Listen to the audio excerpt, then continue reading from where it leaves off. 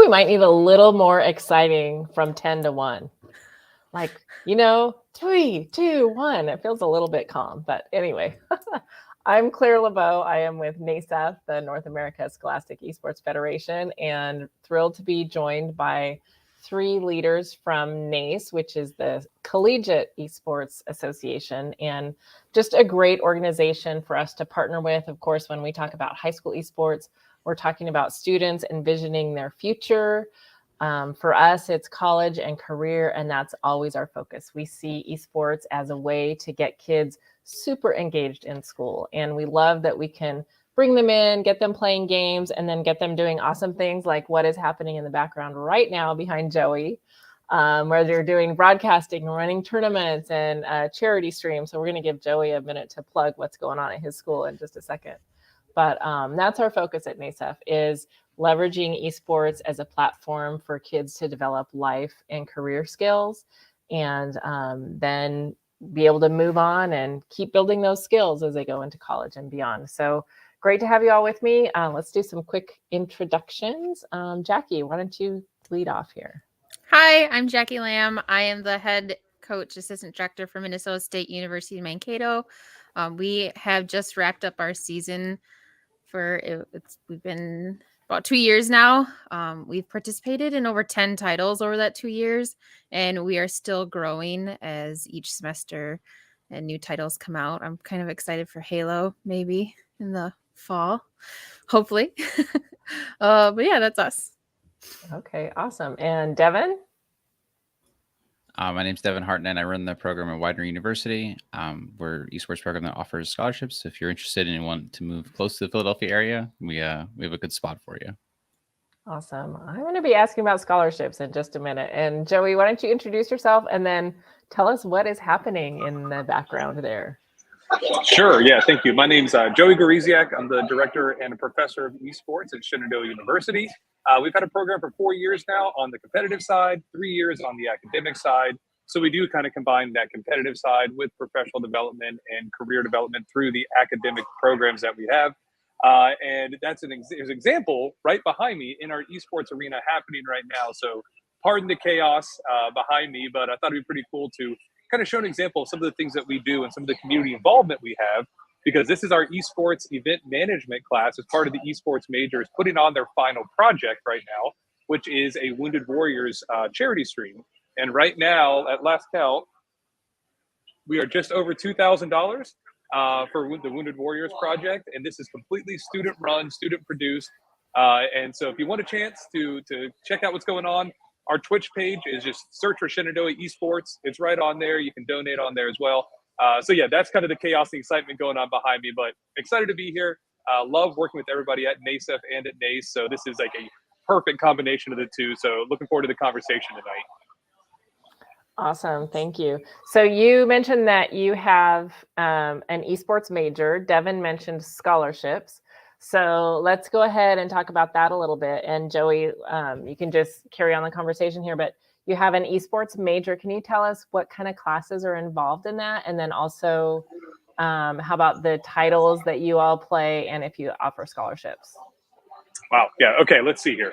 Starting with the classes that we have in there. Sure. It's, it's an esports major. And so it's things like intro to esports, contemporary issues in esports, and then the upper level side of things that are esports specific are the esports event management, like you see behind me.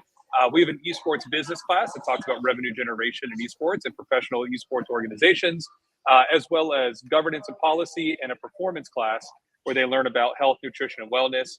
And those lecture classes pair with our experiential learning requirements, which is really the backbone of the academic side, is that students are in here running events. They're going out and running events external to the university, taking trips around the country and to other countries around the world to network and run other events. And sorry for the loudness. I'm in an esports arena. That's why it's so loud. It's exciting. But yeah, that's kind of what goes with the esports major and the esports specific classes. And then we offer things like traditional business classes, traditional public relations and journalism classes on the broadcast side to go with the esports specific side of things to make that esports major in conjunction with the esports minor, certificates on the coaching side, the MBA program that we have as well. So a lot of different academic offerings that we have at the university to go with that competitive side. Claire, like you mentioned, in those esports titles that we have here, currently competing in 6 titles, going to be 7 going into next year. We play, see if I can get all these, Overwatch, Rocket League, League of Legends, Smash Brothers, Call of Duty, and Valorant are the current 6. And we're adding Apex as a varsity offering next year because we just spent a year with it as a club, and that club showed enough commitment that we're going to promote them to varsity next year to provide them the funding and the resources and the coaching they need to compete in whatever tournaments we can find. Apex has been pretty tough to find competitions at the collegiate level, but we're going to do the best and find what we can, certainly set up scrimmages, but wanted to support those students that put in that effort and commitment during that 1 year as a club to give them that kind of notoriety to now be at the varsity level. We do not offer scholarships. We are a school that is a Division III for the NCAA. And not that we fall under athletics for esports, we actually fall under academics with all the things that we offer on that side. But our university president and I both agreed that we wanted to keep the same model for esports as our traditional sports. So we don't offer any kind of scholarships, but we do offer a number of other incentives, including work study positions for students that do make our varsity teams and our coaches, as well as our broadcast production students. So while they're not scholarships, they're pretty close because they can still earn money by competing on our team. So a little bit of a different model, but it works for us. Just like, everybody has their different nuances to their program. That makes sense for them. So that's currently what we have, and always looking to expand and find new opportunities on the professional development, academic, competitive. A lot of excitement going around the program, just like every other program here in this call, as well as around the country. And really interested to hear more about what Devin and Jackie have going on. Yeah, right now is such an exciting time. And we were talking about the CECC, the Collegiate Cup that just happened in Atlanta last weekend. And there were 64 teams there competing, and the excitement was palpable. The students are so thrilled. And of course, everybody's just happy to be back in a live arena right now too. So that has a lot to do with it, but the growth in esports and the recognition that is starting to come for the job possibilities. We've all known that, right? All of us on this call, we've known that, and we've been building programs towards that. But it's great to start seeing the build of excitement within the schools, and from my perspective, within the parents who are starting to say to their kids, yes, this is a viable career option, go for it and study that. Because, for a while there's been some hesitation there, but it's fun to see the change around that. Jackie, how about the school that you're at? Do you offer esports classes or major? We don't, but we do have departments that integrate a course or like a couple weeks interest in esports. Specifically our sports management class, they've had 2 semesters now, so just a year's worth of us coming in and talking to them, or them doing projects specifically for esports. So one of the class projects, they had a Warzone tournament that they used our facility for, and used our consulting and advising. We helped them get some prizes, and it was a smaller event, but it was fun to watch them do everything themselves and figure out and how to run an event, and have the day of drama that happens at every event. That was pretty funny to watch, and I didn't have to deal with it. But we are hoping to get a major within the next couple of years. There's some really good businesses out there that help colleges with that, and I'm hoping to utilize that myself. That's awesome. What titles do you play? Currently, I have to think too. So we are in League of Legends, Call of Duty, Valorant, CSGO, Smash, Rocket League, and much like Joey, we have Apex, Halo, and iRacing that we are testing. So students, we ask them to commit and participate by themselves with our advice and consult. And if they show commitment, we are wanting to move them up into a varsity title. That's great. It's funny. I was just thinking how different esports is, because you have all these titles that fall under one heading, right? Where if you coach football, you coach football. It's not like you have one program manager for every sport in anything except esports. It's definitely hats off to all of you, because I know it's a lot to manage. I think that's one of the biggest misconceptions is esports is esports, but it's not. It's each individual title is an esport. And so it's hard, like when people maybe don't understand it, but all of those titles require different players, different skills, different league rules. They're all their own little thing. So it's a right. Yeah. Yeah, it's a lot for you to keep all those plates spinning at the same time, right? So good job with that. And how about scholarships? Do you offer scholarships? We offer one scholarship currently that we give out during our tryouts, but then we have thousands of academic scholarships that we help our students apply for during February, which we have thousands that I personally help handpicked and help students apply for that can get a full ride basically if they just take the time to fill out each one. Mm-hmm. Yeah, that definitely helps parents' ears perk up when you say things like scholarships and especially things like full ride. Yeah. Oh, we also have work study positions too, like Joy. We have work Mhm. study and intern. So I think that's important that we give the students an opportunity to build their own career, but then they're able to get money while they're still going to school. Right. Exactly. All right. And Devin, how about you? You mentioned that you offer scholarships. We so do, we know we that. do. What kind of scholarships? So we do offer scholarships for academics as well as esports. That's typically done within the tryout process as well. We have work study as well. I'm trying to get kids in the commentary. I have a student right now that plays Smash that's trying to get in the commentary, and I'm trying to incentivize him to do it for work study because it could be cool. It's a skill that he's trying to learn, so I'm trying to facilitate that as much as possible. Outside of that, though, we compete in very, very similar titles: Overwatch, Rocket League, League of Legends, Smash. We're trying to get Apex, but like Joey said, it's really tough to find Apex tournaments. And I want us to have an Apex team because I think the game is great to watch. I think it's a good spectator sport as well. But it's too difficult to find games for. I'm gonna be real. But outside of that, like the program's great. We've been up for it's close to 4 years now. We've been playoffs every year in every game that we play, which is great. I think we just missed Overwatch this year, which is a little sad, but outside of that, though, we've got a good bunch of kids, and I'm looking forward to another good year. Right. Awesome. And how about the classes and the major? Is that something that you have at your school? That's something that I'm currently pushing for. Prior to working with Widener, I worked a lot in the pro scene. So I know a lot of how the infrastructure works when it comes to things like that. So I'm hoping that I can lend a hand and develop a major here, at least, an elective that people can pop in. Right. That's great. And I just want to note, when we were chatting before we started the live stream, it turns out that Devin used to coach some of the NASEF teams back when we were playing League of Legends. You were one of the League of Legends coaches for a team in Southern California that did quite well, if I remember correctly, Sunny Hills. So shout out to them. They did pretty well. They were a good group of kids for sure. Right. Yeah. So it's fun to see things come full circle, right? How you supported and built into the kids in the high school program, and now here you are again doing the same thing. So we appreciate that. Thank you.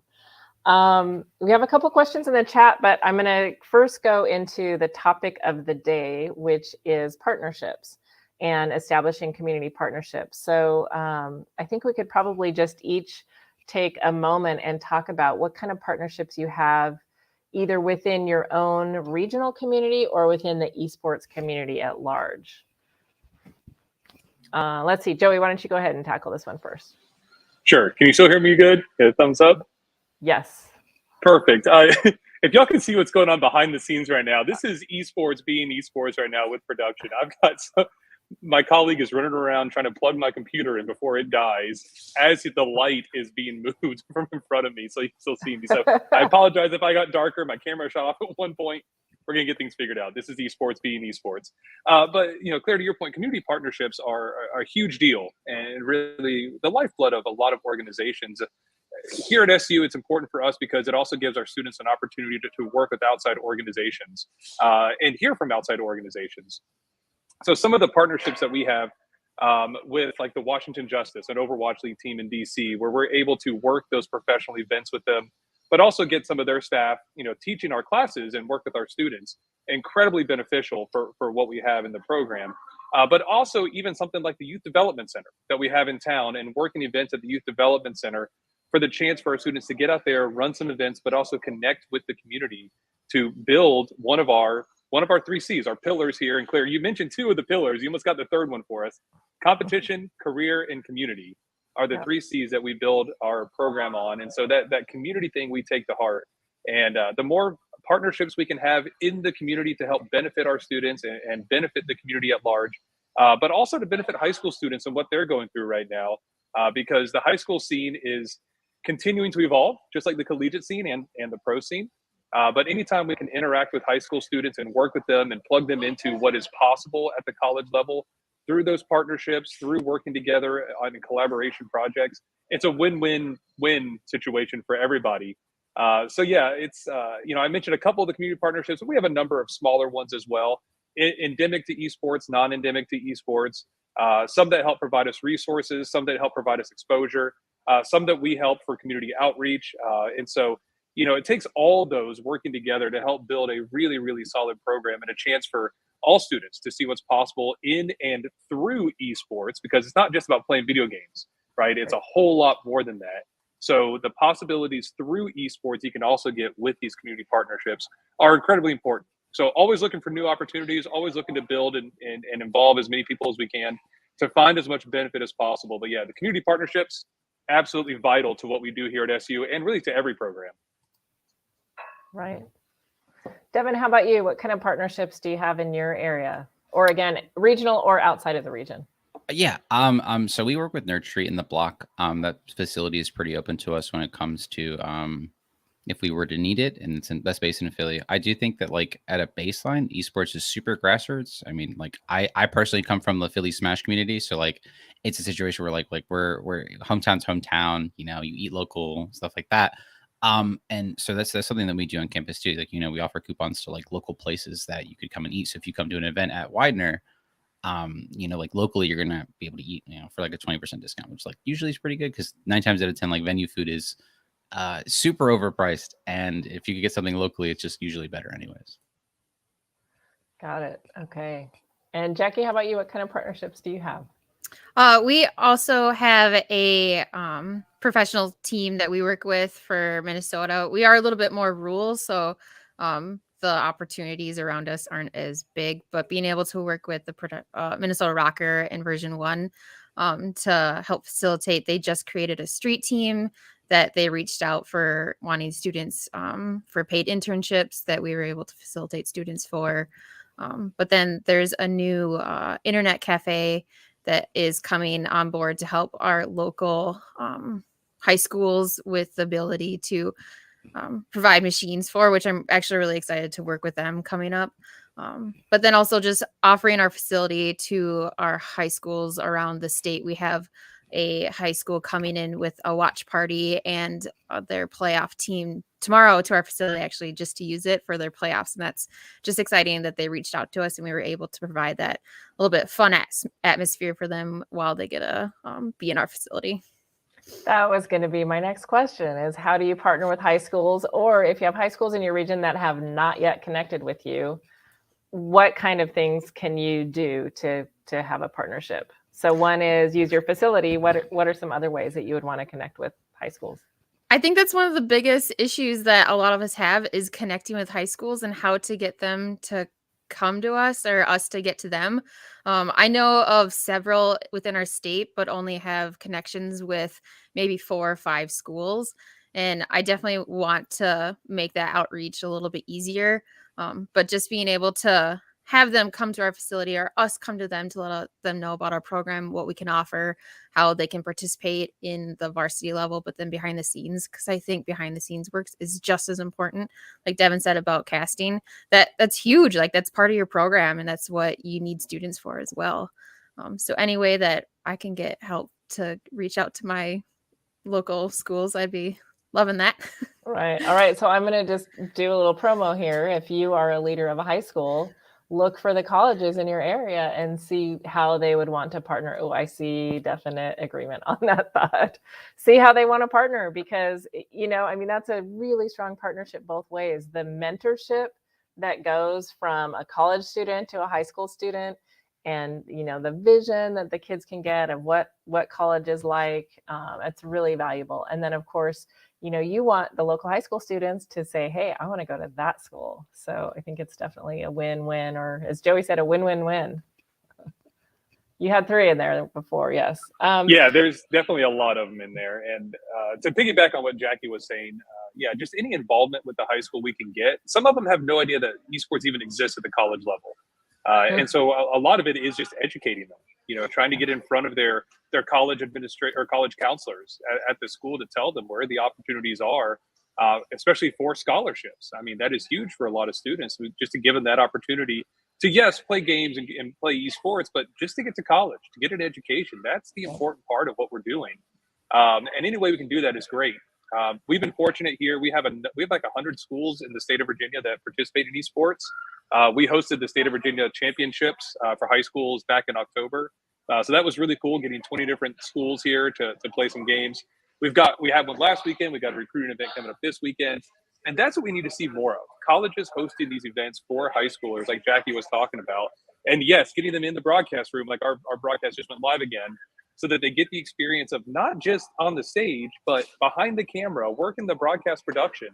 That is a critical part of the opportunity that esports can kind of give to people. So yeah, just the more we can get students involved, the more we can bring them into our spaces. And when you bring them into spaces like this, they're blown away, right? So like if I have a recruit come on campus and they want to see the arena, I'm like, yep, I'll walk you in there. I don't need to say anything. I'll just walk them in here, turn the lights off, turn our gamer mode on, that we call it, and just they're sold because they see what's possible. They see that it's legitimate. They can envision themselves being part of something that's bigger than just themselves and being part of the university, and maybe go back to their high school and take this to their high school to help build their program at their school. Because like Devin said, and I love it, it's grassroots. It starts from the ground up. It starts with that swell from the students. So we always encourage those high school students to find other students that want to get involved and want to make this happen at your high school. Get with teachers, get with administration, tell them the benefits that esports can offer that go way beyond playing video games, so that they understand it in a way that maybe they understand football and volleyball and lacrosse, but they don't understand how esports teaches a lot of the similar concepts. So it's really important just to get that started. And once it starts, it kind of can catch fire. And it's really cool to see that. So any way we can involve high schoolers, and Claire, yeah, shout it out again, shameless plug, put it out there. If you're a high school administrator, teacher, parent, find the colleges in your area, see if they offer esports, and see how you can get involved with what they're doing. Right, absolutely. And you mentioned getting things rolling at your school. And so I will say, if you are not yet a part of NASEF, it's free. It's completely free to join NASEF. And then your students can participate in our tournaments. We have Beyond the Game challenges. We're doing a lot with Minecraft. We have curriculum that is available. I mean, there are so many things. As you said, Joey, it's a lot of not just the games themselves, but the whole career structure around it.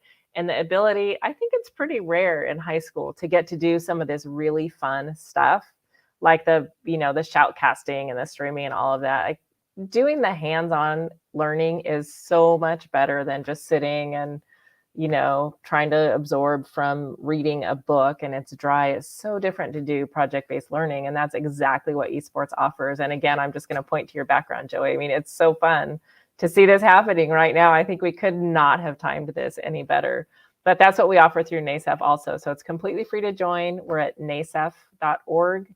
There's a little join button up at the top, and it's very simple. Devin, anything you wanted to add about partnerships between high schools and colleges? I mean, I think the best thing directors can do, and principals at high schools can do too, is just reach out to colleges that have programs and just, they're 100%, they will help you build your program. I promise you. It's a mutually beneficial, situation. Your kids come to college, they get to be a part of something that's amazing and exciting, and gives them, incentive to go, and, they get a good education and they get to be a part of a community that matters. And that's just, it feels like a win-win for me. So I just try to help everybody that I can when it comes to building their programs out. Mm-hmm. That makes sense. A lot of times when I talk to high school students about what they love about their esports club, it's that they found their people on campus, that they didn't necessarily have a group of people that they totally clicked with until there was an esports club there. And now they have their tribe. And I imagine that carries through to college as well, that you have kids that are, they're in the group with like-minded people. That makes your educational experience better, not just the extracurricular, but also it just makes the college experience better overall. Yeah, for sure. Like my graduating class this last semester was the semester that those students were my freshmen the very first year the program started. So seeing them go has been bittersweet, but like seeing them be friends from day one to now is also like incredible. So you get to be a part of something really cool if you join. Right. That's awesome. We had a question in the chat from Gerald. He is the executive director of NASEF, and he said, we've heard that some esports schools have rules that limit interaction with high schools. Can you elaborate? Anyone know what he's talking about? I wonder if that's on the high school side, because for us personally, we don't have any rules or regulations, but I know that it's really important to keep the student information private.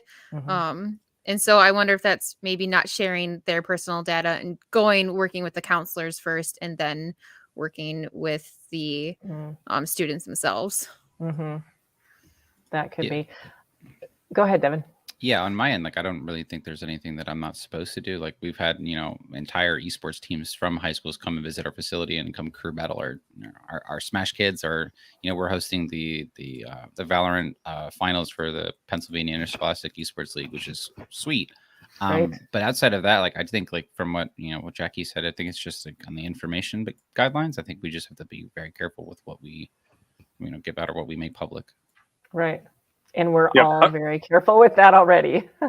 Yeah, 100%. And I just reiterating, there's really no restrictions that I have as a school or institution, but I think exactly right is finding the appropriate channels to contact high school students, what that information is, keeping it private. It can be tricky at times to navigate those waters, and things are, like I said before, constantly evolving. But yeah, it really comes from more the high school side, and it's more of an ethical side in a lot of cases. So just being careful, being aware of what's going on and how you're talking, interacting with students. But yeah, I don't currently have any restrictions. Maybe something comes down the road at some point, especially for like recruiting. We see that in NCAA and the way recruiting is done. So I don't know if that's going to be something that's on the docket at some point, but right now it's kind of more wide open than, restrictive.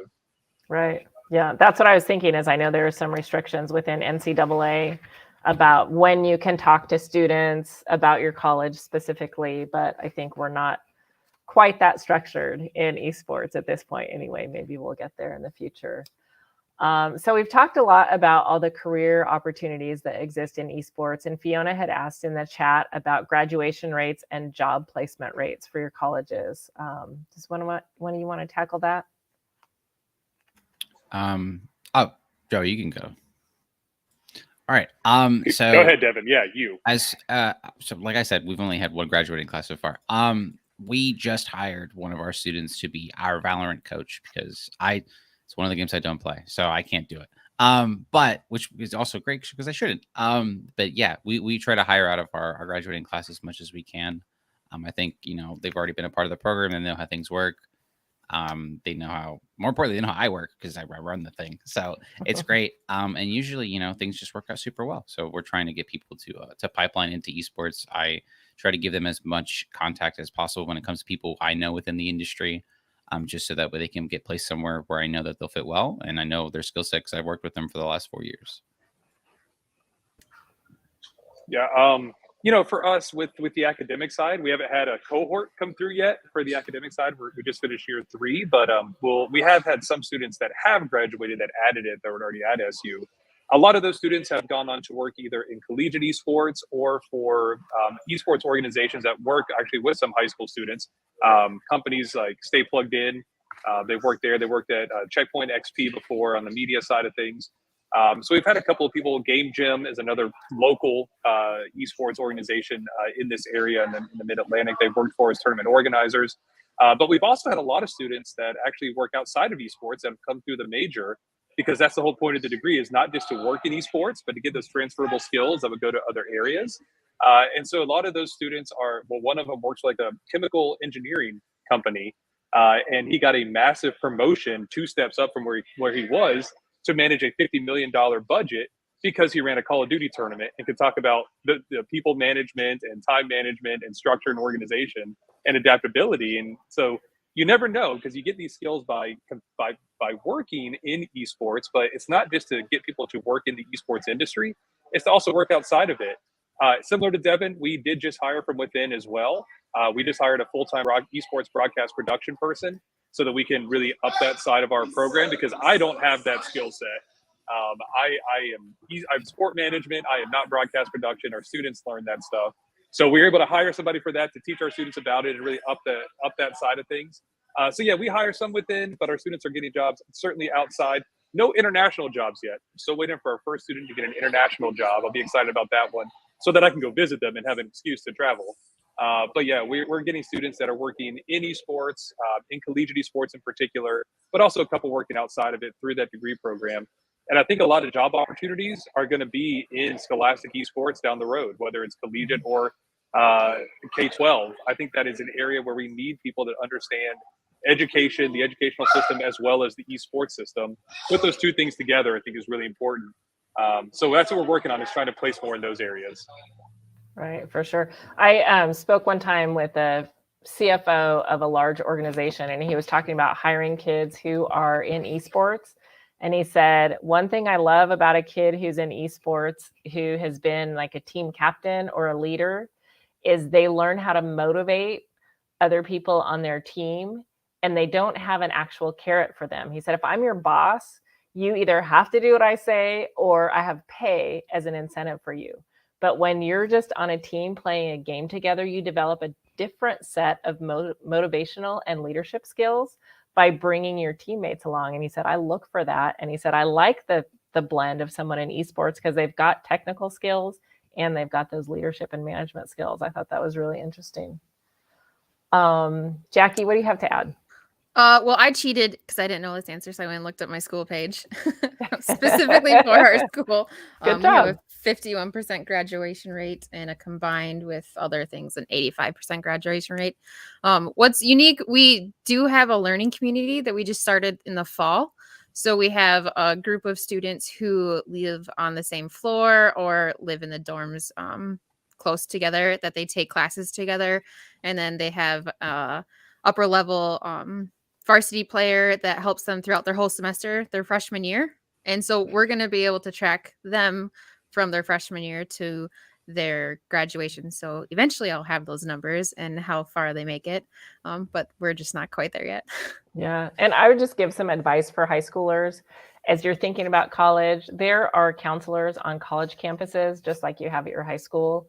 If hopefully you have them. I know not all high schools have them, but that has been, I'll just say, for my kids, a fantastic resource. When you don't know exactly what classes to take or what you need for your major, or how do I balance these different things, they work in that environment of your specific school every day. And so they can help you with that insider information on, do I take, section 1 or section 3 of this? They can help you figure that out. So don't forget to look around and use the resources on campus, because you're putting a lot of time and effort into that college education. So, you want to do your absolute best to get all the way through. It really makes a big difference.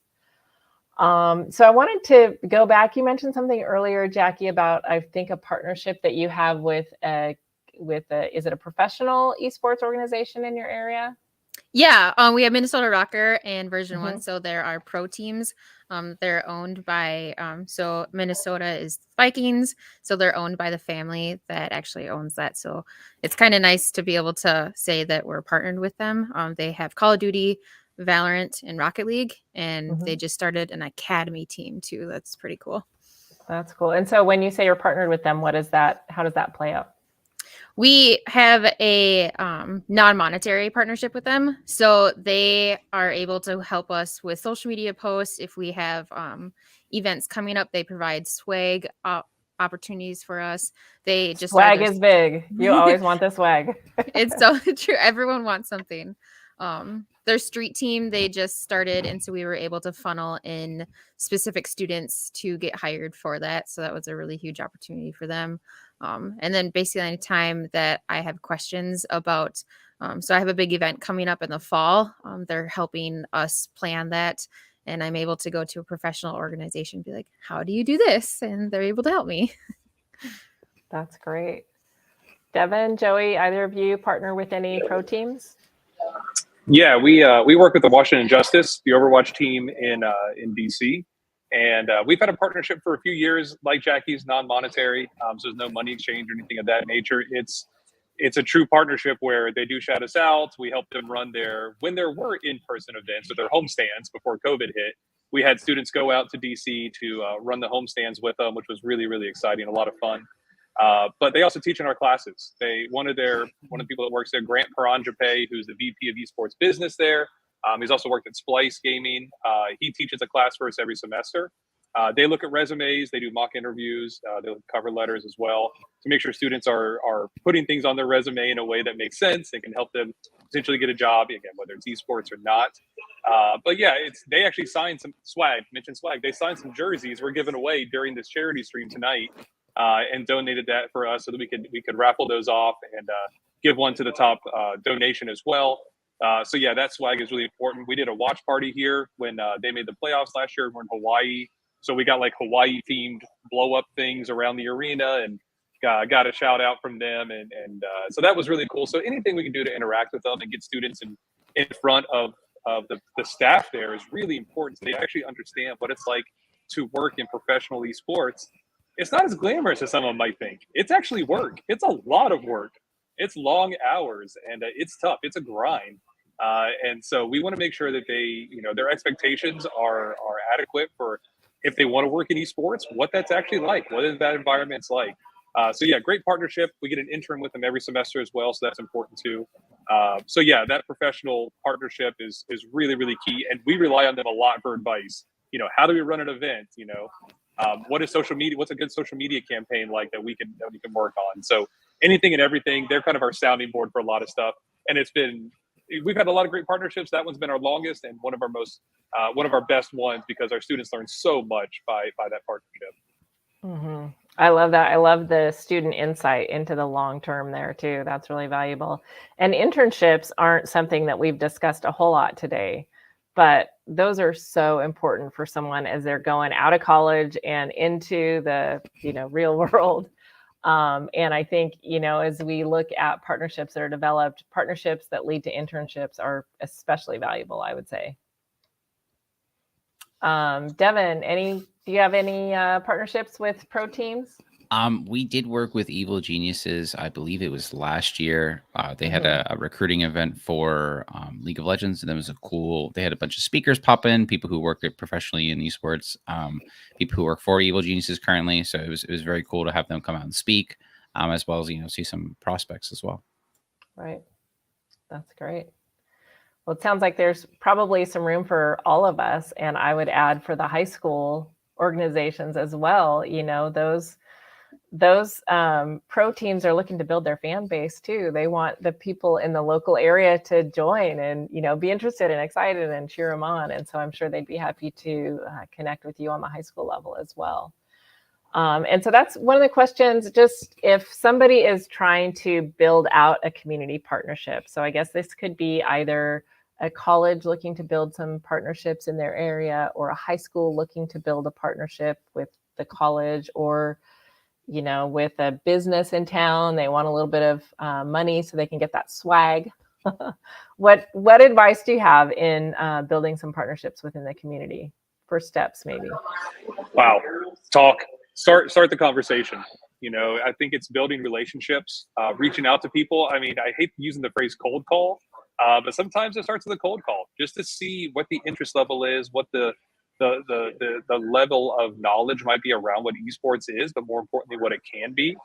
You can't do that until you start the conversation. And I think for us in the positions that we are in here, working in colleges that are trying to build up and down, build those pipelines from high school, but also build up and find those partnerships in the community, whether it's a sponsorship or, the non-monetary sponsor or partnership. You don't do any of that until you start the conversation. So you got to reach out to people, see where you can get your foot in the door. And it's usually not a quick relationship. It's not transactional. It is a long-term relationship that you're building with people in the community, the high schools and the companies around here, to really make it an ecosystem, an esports ecosystem within your town or your area. And so, you got to tell them, you got to educate them a lot of times, have a pitch deck ready. What is esports? How do you spell esports even sometimes? But, it's trying to tell people, what are the benefits? Where is this going? What does it look like in college? What does it look like at the pro scene for careers? And what are the skills people are getting, students are getting? Because again, it's not just esports and gaming. It is so much more than that. It goes way beyond it. So just educating people, having the conversation, and seeing where things fit in. Bring them into your space. It's one thing to talk about it. It's another thing to show them what esports can be, and get students involved too.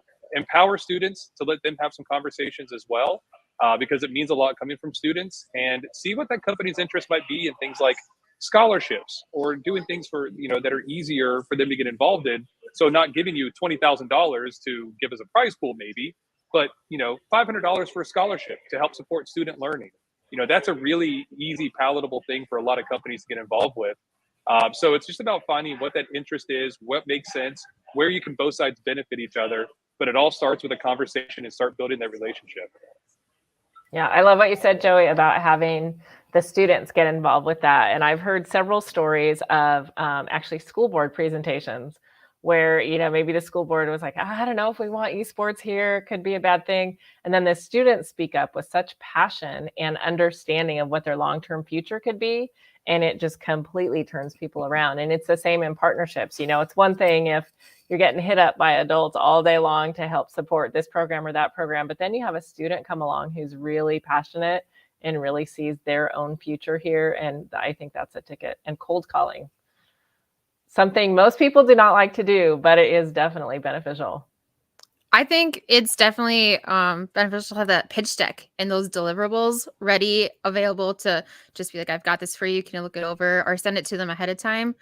Having a quick one-sheeter of what you can offer them for sponsorship packages. Not everything has to be monetary either. Value in kind is great. I could use definitely things that my students would like for the program.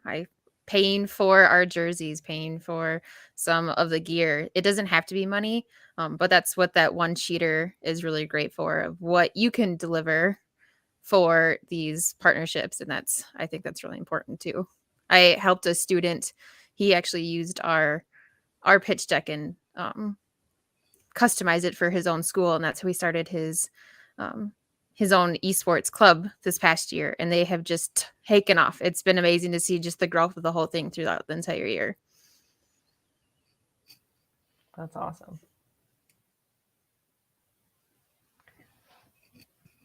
Devin, do you have anything to add as far as community partnerships and maybe how to get started establishing them?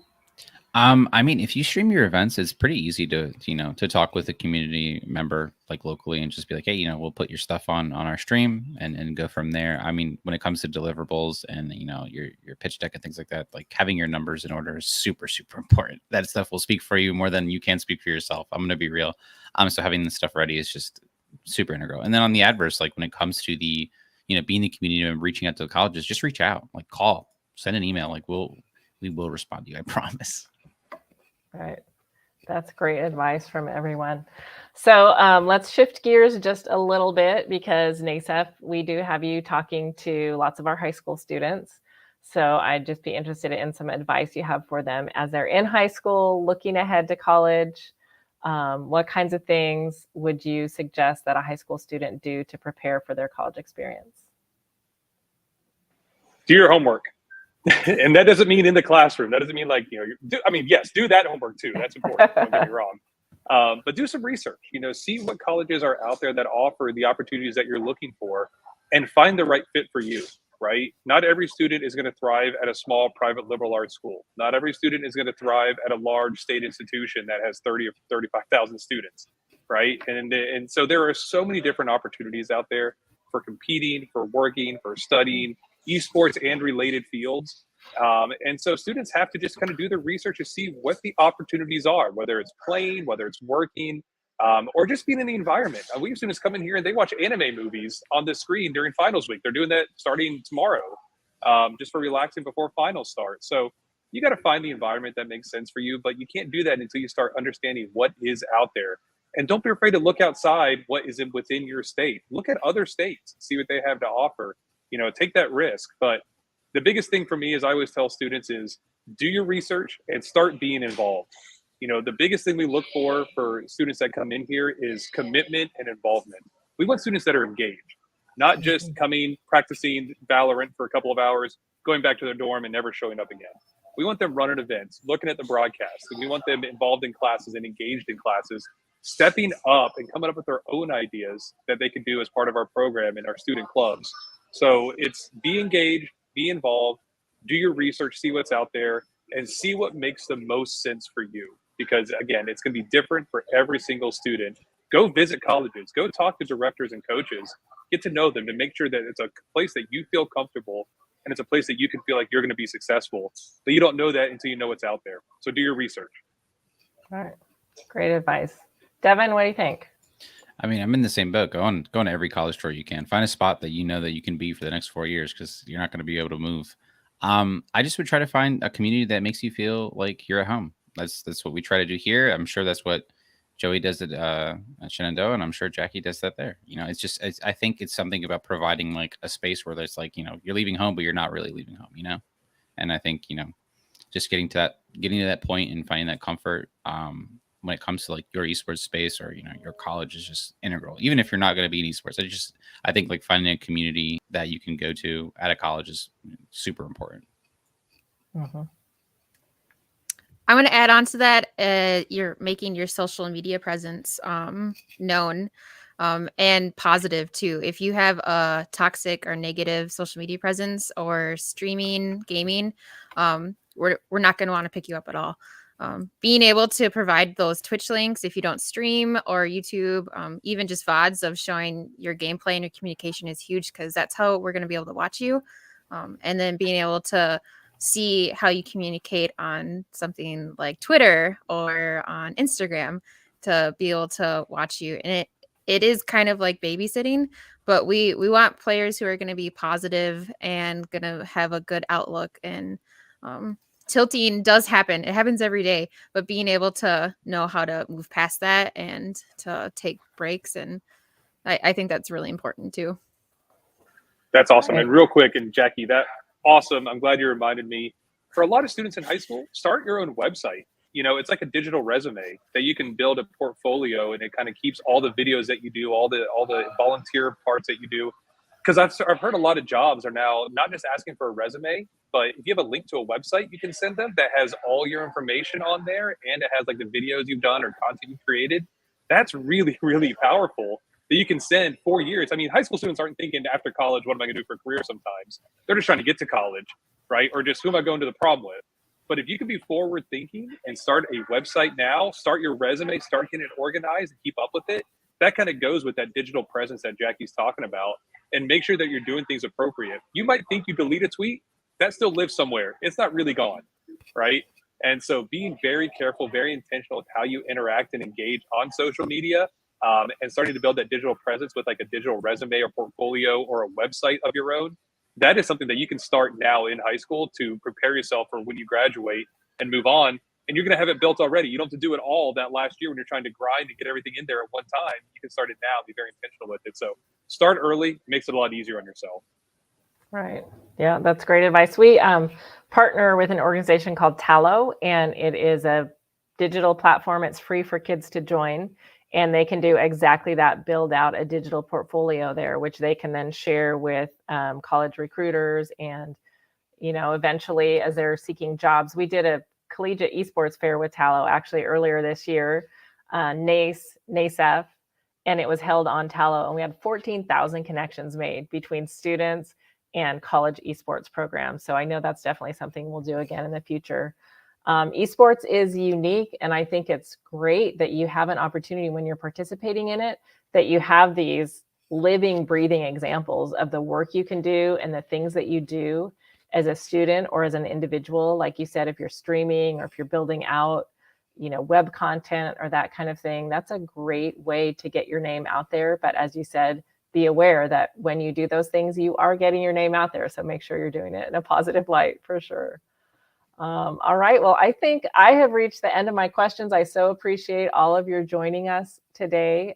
We have so many opportunities coming up for students. We're at the end, just about the end of this school year, but we know that we're going to have some more free tournaments in the fall, and we have all kinds of opportunities to bring esports into the schools, whether it's through the daytime, you know, classroom environment and curriculum, or after school clubs and tournaments. So we're excited to move on and bring more kids in. I know that we're going to take a little break on these live streams over the summer. We've been holding one every month with NASEF and NASE, so we're going to take a little summer break, and we'll come back to these in the fall next year. So if you are not already, sign up for the NASEF newsletter, and then that way you'll get all the information on what's going on and where we'll be and that kind of thing. So again, thank you so much, Jackie, Joey, and Devin. I appreciate your time today, and good luck. Have fun. Actually, before we sign off, Joey, flip around and look there. What's your new total? Are you still right around 2,000? We are just over $2,200 now. So we had to load up another $150, and I'm going to get on the sticks here in a little bit. I got beaten Overwatch 2 pretty badly, but I'm going to hop in there again, and maybe I'll incentivize some students. They beat me for every game they beat me. I'll donate an extra $20 or $50 or something. So we'll make it fun here. But yeah, get on there and check it out. It's a lot of fun. And Claire, thank you for having us. Really appreciate everything that NASEF is doing to empower and engage high school students. And I think the key phrase you said it is opportunity. Let's find these opportunities for all students at the high school and collegiate level, because esports absolutely provides that in a way that we haven't seen before, and empowers students that haven't had that chance to be involved in the things that we've seen before. So Claire, thank you for all you're doing and Gerald is doing at NASEF. Really appreciate it, and really appreciate being on here. Awesome. Thank you. Thank you all so much. Good luck and have fun.